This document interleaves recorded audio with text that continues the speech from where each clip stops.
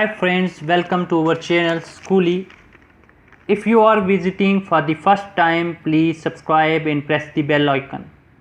Today we will discuss about Ibn Khaldun.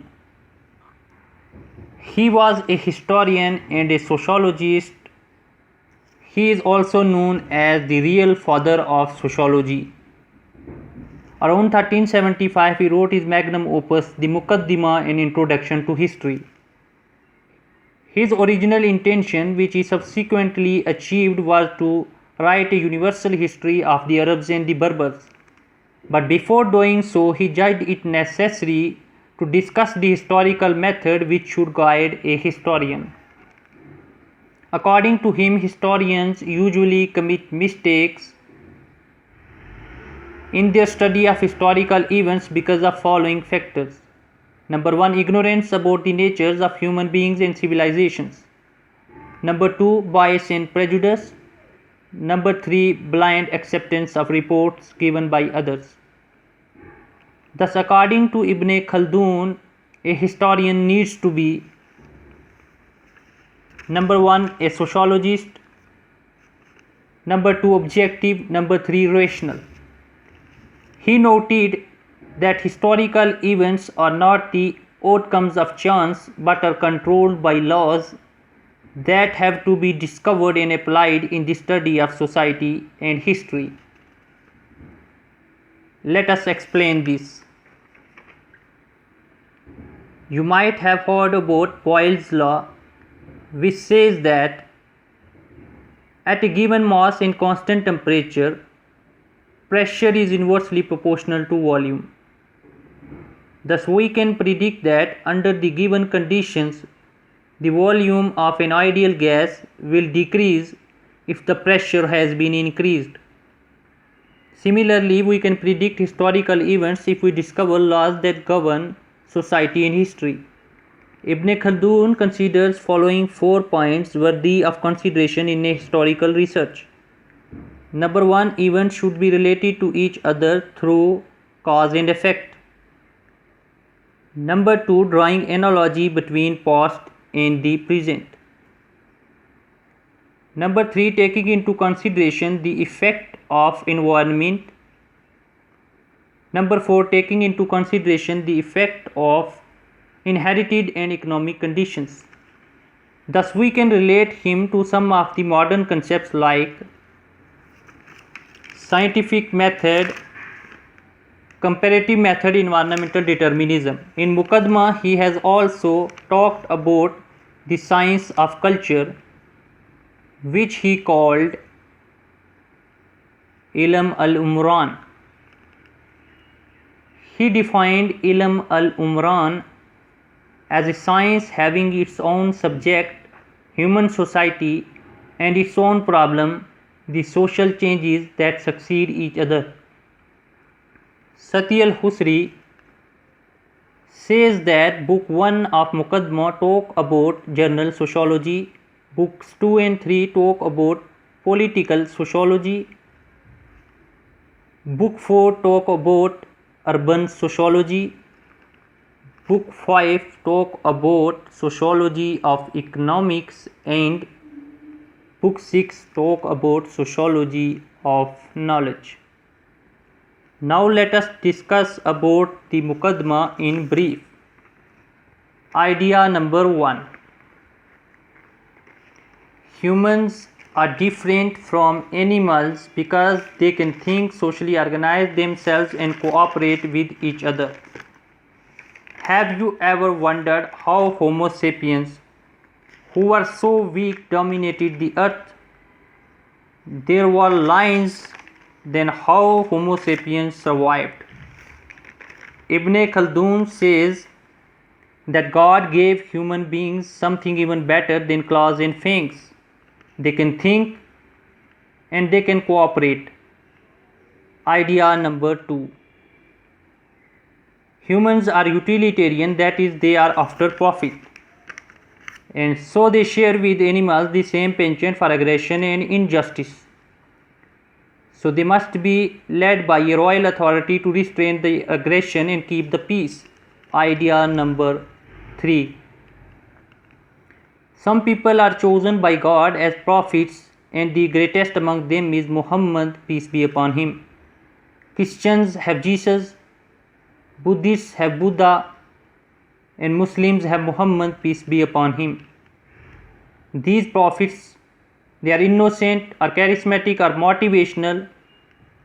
They call people for prayers, to give alms and charity. God reveals himself to people through prophets. He gave Torah to Moses, Bible to Jesus, Quran to Muhammad, peace be upon him. While in both Torah and Bible, God revealed his knowledge through ideas, Quran contains the words of God. Thus Khaldun says that for the above reasons, Islam and its teaching are superior over other religions. Idea number 4. Different climates have different effects on individuals. The people who inhabit more temperate climate are also more temperate in body, mind and character. They are considered moderate in their dwellings, clothes, foods and crafts. Heat expands animal spirit in us and we feel joy. People in warm areas become lazy, impatient and careless.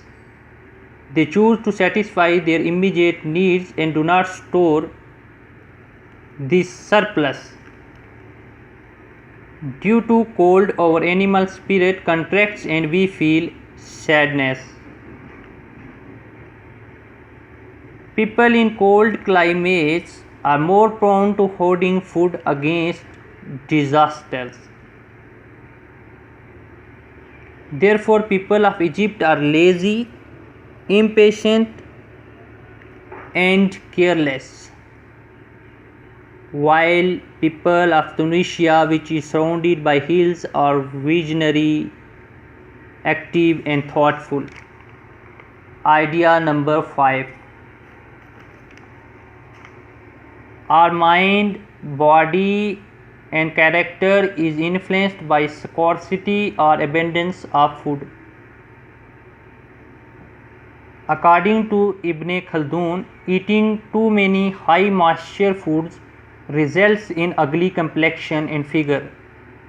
It dulls the mind and causes stupidity.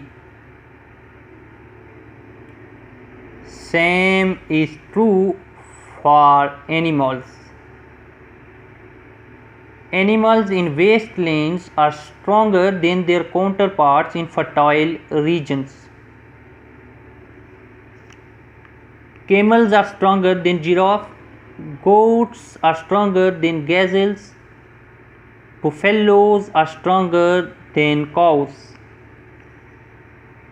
Thus those who drink the milk of camel and eat its meat become like a camel.